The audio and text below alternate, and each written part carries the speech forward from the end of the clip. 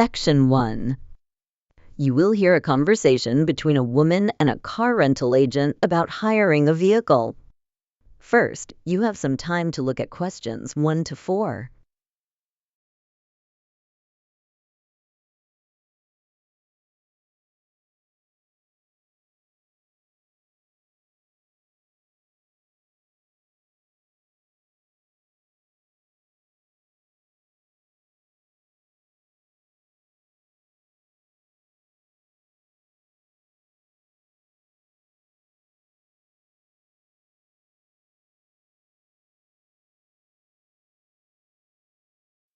Now listen carefully and answer questions 1 to 4.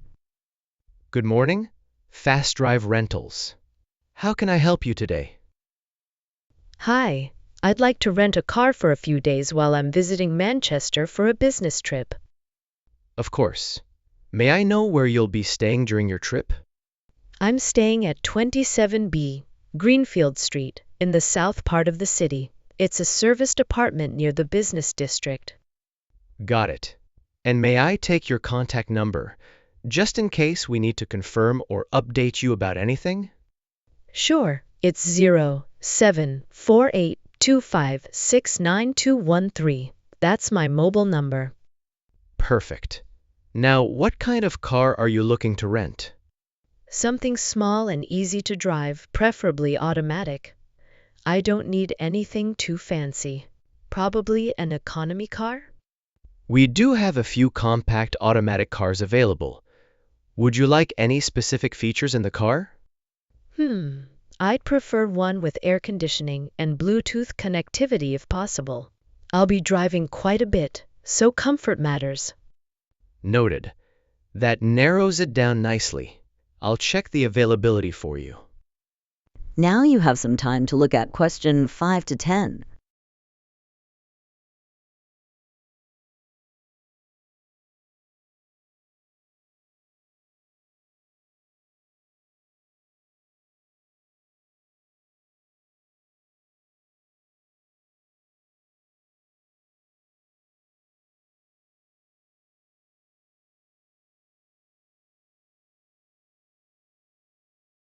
Now listen and answer questions 5 to 10.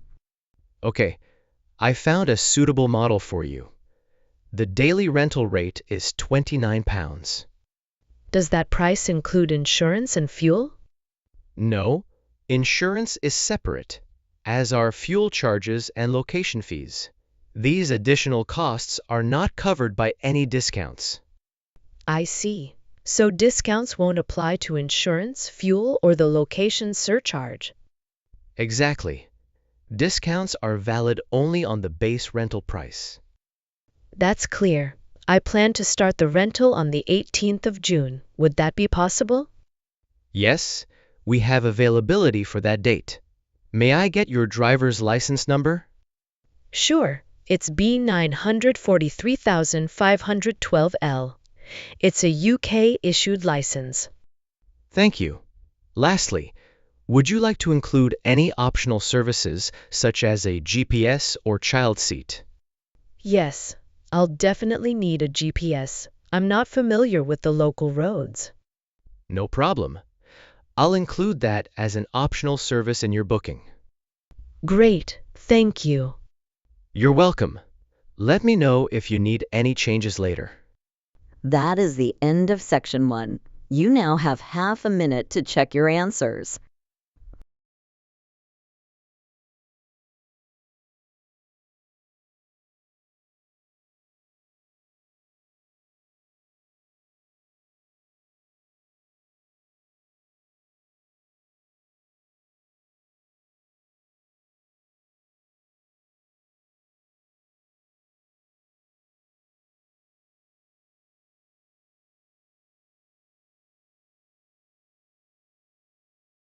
Section 2. You will hear a guide giving a tour of a new public library. First, you have some time to look at questions 11 to 15.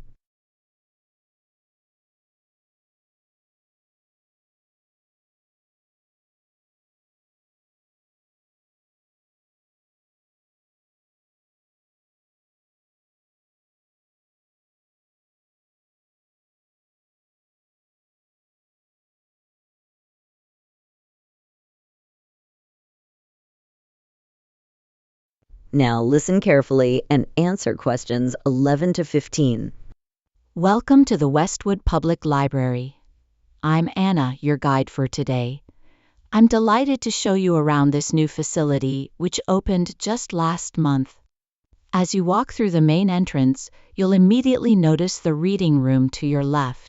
It's a quiet space with soft lighting, large windows for natural light, and comfortable seating arranged to support extended study sessions. Many students come here in the evenings to prepare for exams. Straight ahead, opposite the entrance, is our vibrant children's area. This section includes a colorful carpeted floor, beanbags, low bookshelves, and a small storytelling corner where we host weekly reading sessions for children under 10. Parents often join in, and it creates a wonderful community atmosphere. On the far end wall is the fiction section, easily identified by its blue signage. You'll find all genres here, from mystery to romance, thrillers to historical fiction. We also feature a staff picks shelf updated every month with recommendations from our librarians. Moving along the right-hand side of the library, you'll come across the multimedia section. This includes public use computers, DVD rentals, audiobooks, and digital newspapers. We recently added a self-service printing station and headphone booths for listening to audio materials privately. Finally, in the back corner, is the history collection. This is where we keep archived newspapers, local historical records, and rare documents including town maps from the 1800s. It's a favorite among history enthusiasts and local researchers. Access to this section requires a staff escort to preserve the condition of the materials.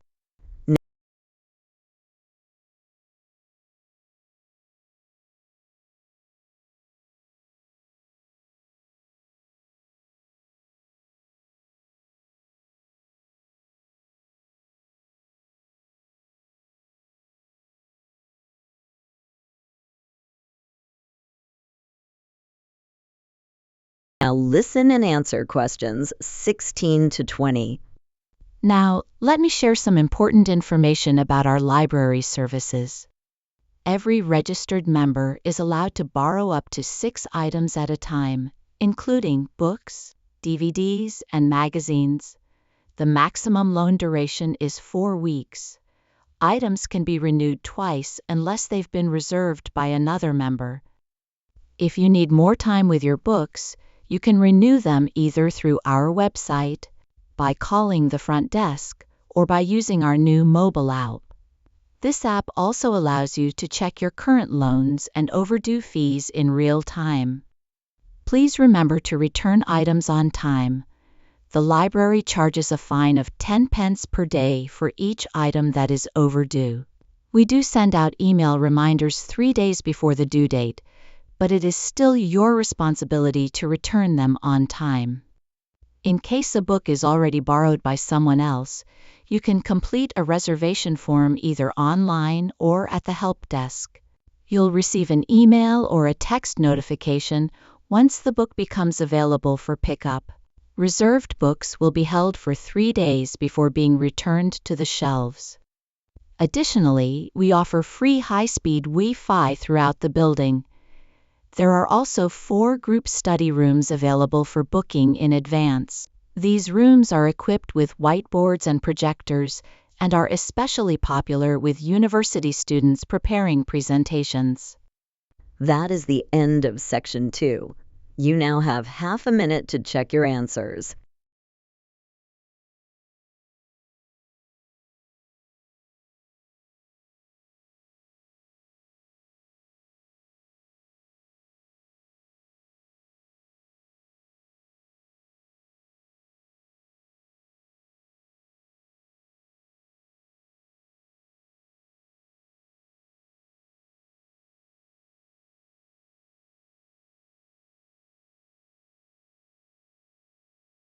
Section 3. You will hear 2 students, Sarah and Mark, discussing a university assignment. First, you have some time to look at questions 21 to 24.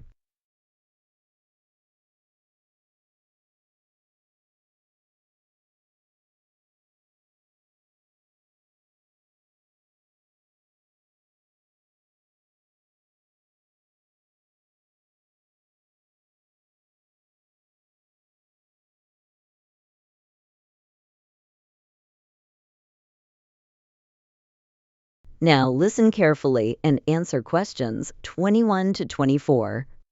Hey Mark, have you started the assignment on education funding yet? Not really. I'm starting to panic a bit, honestly. The deadline is next week. Same here.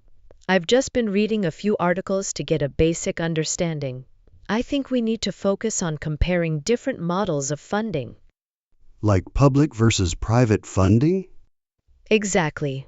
And maybe include some examples from different countries. Should we add our personal opinions too? A bit, maybe. But remember, Professor Grant said to use a balanced approach and back everything with research. Makes sense. Do you know how long it needs to be? Yeah, it says a minimum of 3,500 words, but I think he expects more if we want higher marks. Now you have some time to look at question 25 to 30. Now,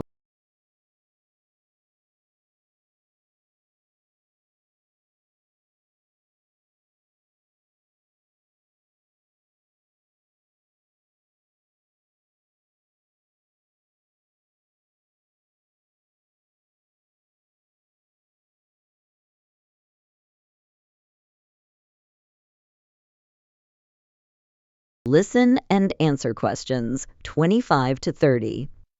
By the way, did you see the poster about the upcoming lecture? Yes, it's titled Equity in Higher Education. I think it'll give us great material for the assignment. Definitely. It's scheduled for next Friday at 10 a.m. in Lecture Hall B in the Beckett Building. Great.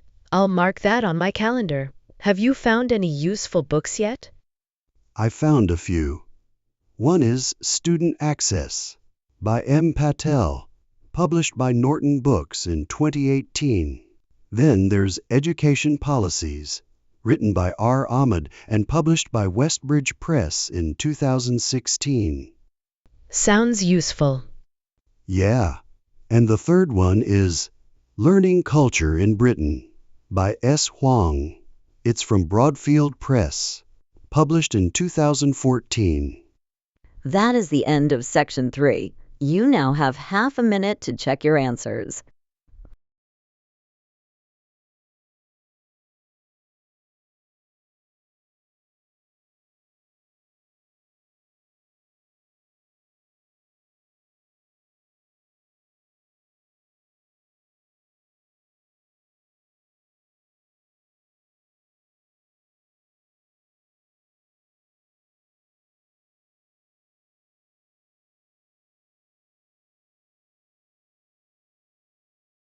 Section 4. You will hear a university advisor giving a talk about postgraduate studies. First, you have some time to look at questions 31 to 40.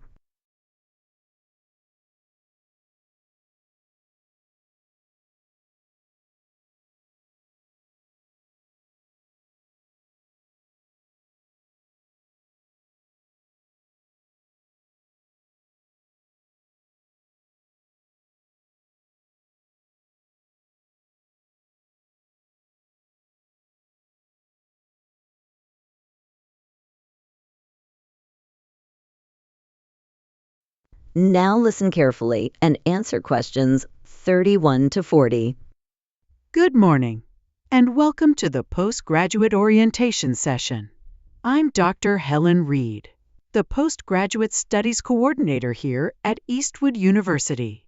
Today, I want to guide you through some essential considerations that will help you make the most of your postgraduate journey.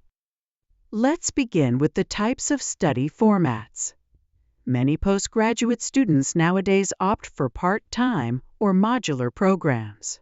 This allows for greater flexibility, especially for those balancing work or family responsibilities.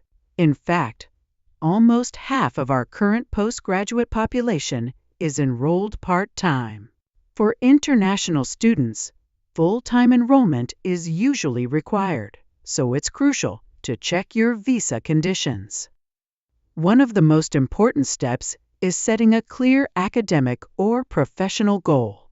Are you here to further your career, to transition into a new field, or to pursue academic research? Clarifying this early will help you choose the right modules and dissertation topic. Now, when choosing a university, don't simply go by national rankings. They can be useful, but they often reflect undergraduate programs more than postgraduate ones. Instead, look into the department's reputation, ongoing research projects, funding opportunities, and student satisfaction scores. Attending open days or virtual tours can also give you insight into whether a university is the right fit. Let's talk about supervision. At the postgraduate level, the relationship with your supervisor becomes central.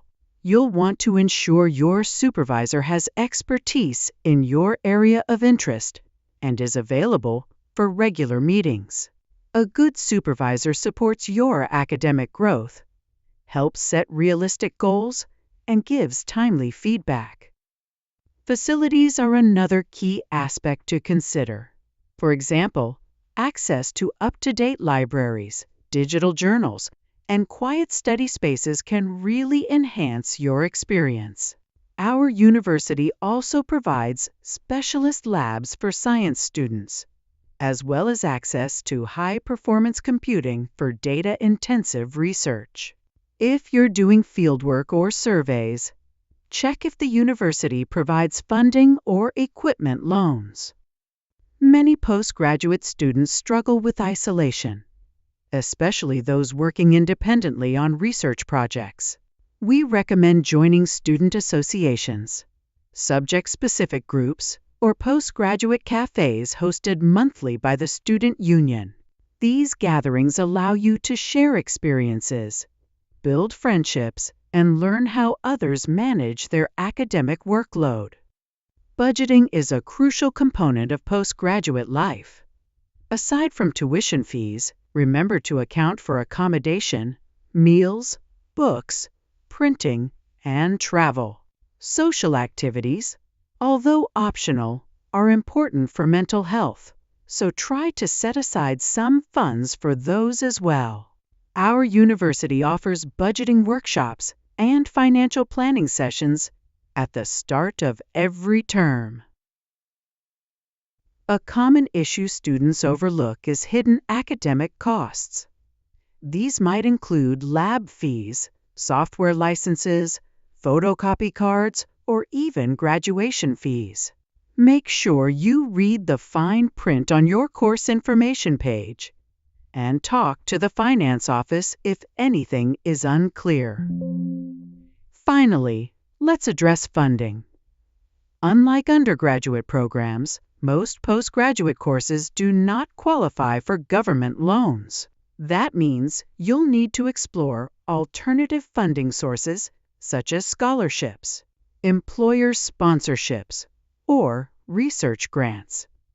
Our funding office maintains a list of national and international scholarships that you can apply for. Be proactive. Many of these have early deadlines. That is the end of Section 4. You now have some time to check your answers.